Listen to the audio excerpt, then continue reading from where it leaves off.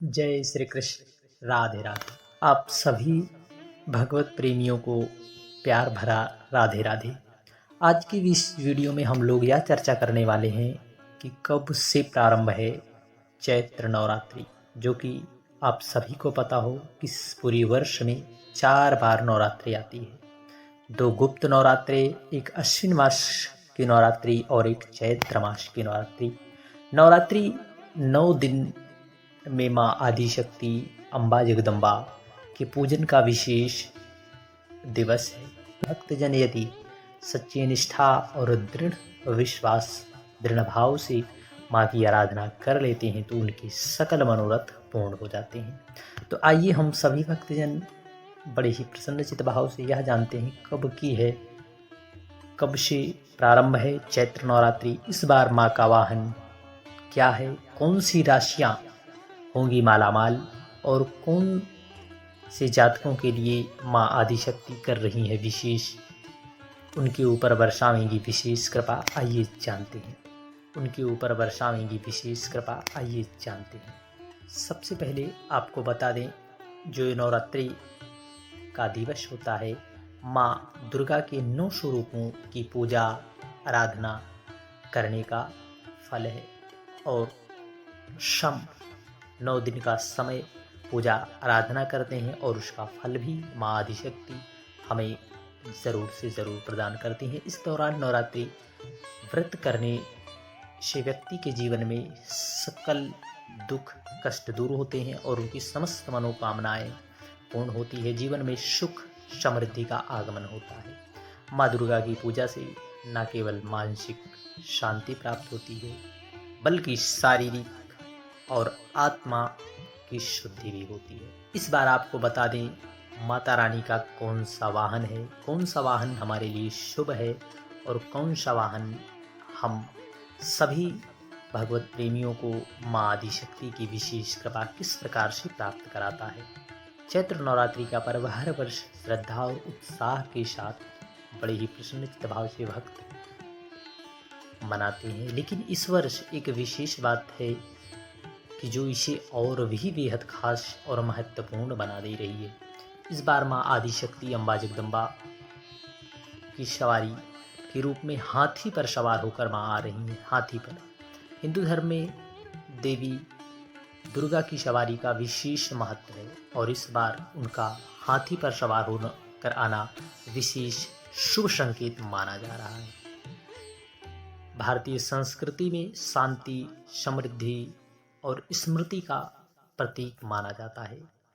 जब माँ दुर्गा हाथी पर सवार होकर आती हैं तो इस विशेष रूप में यह शुभ माना जाता है।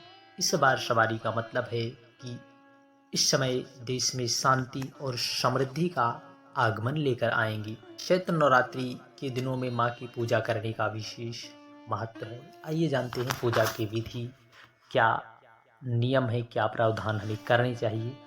देखिए, ब्रह्म मुहूर्त में सुबह उठकर पूजा स्थल की साफ सफाई कर लें। इससे न केवल शारीरिक शुद्धि बनती है बल्कि मानसिक शुद्धता भी मिलती है।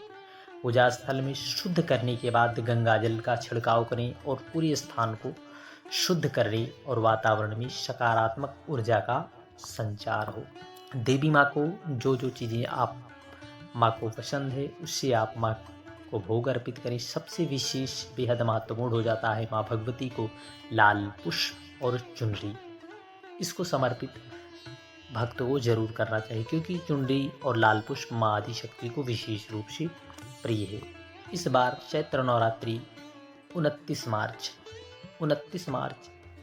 शाम 4:47 से प्रारंभ है, परंतु हमारे शास्त्रों और पुराणों में उदया तिथि की मान्यता को रखते हुए 30 मार्च 2025 को सुबह 6:31 से लेकर 10:22 तक पहला शुभ मुहूर्त है और इसी दिन से 29 मार्च से प्रारंभ हो रहा है और विशेष रूप से 30 मार्च से ही माना जाएगा क्योंकि उदया तिथि में हमारे शास्त्रों में विशेष मान्यता बताई गई है। पहला शुभ मुहूर्त बता दिया गया। दूसरा शुभ मुहूर्त जो है 30 मार्च दोपहर 12:01 से लेकर 12:50 तक रहने वाला है। इस शुभ मुहूर्त में कलश स्थापना करना बेहद फलदायी होता है और आप इन विशेष समय में अपने घर में पूजा स्थल पर कलश जरूर स्थापित करें। नवरात्रि के व्रत और पूजा में शरीर और मन की शुद्धि होती है, जिससे नकारात्मक ऊर्जा का विनाश होता है और सकारात्मक ऊर्जा का प्रवाह होता है। माँ दुर्गा की पूजा से हमारे जीवन की समस्त कष्ट व्याधाएं दूर होती हैं और माँ हमारी सकल मनोकामनाएं पूर्ण कर देती हैं।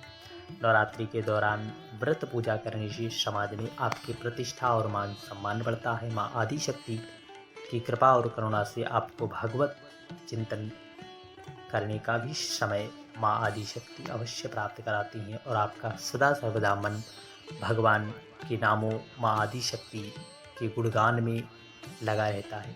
और इस समय जातक को दुर्गा सप्तशती और दुर्गा चालीसा का पाठ अवश्य करना चाहिए। इससे संकटों से मुक्ति मिलती है।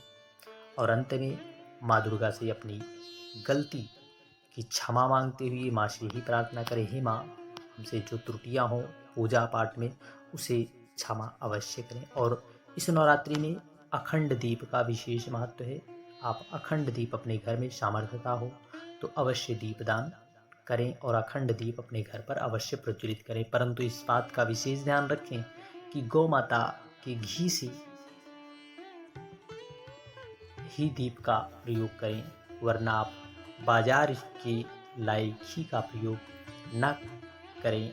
यदि आपको करना है घी का प्रयोग तो आप शुद्ध देसी घी का प्रयोग करके दीप दान करें, इससे आपको दोगुना फल की प्राप्ति होगी। जय श्री कृष्ण, हरे कृष्ण, जय माता।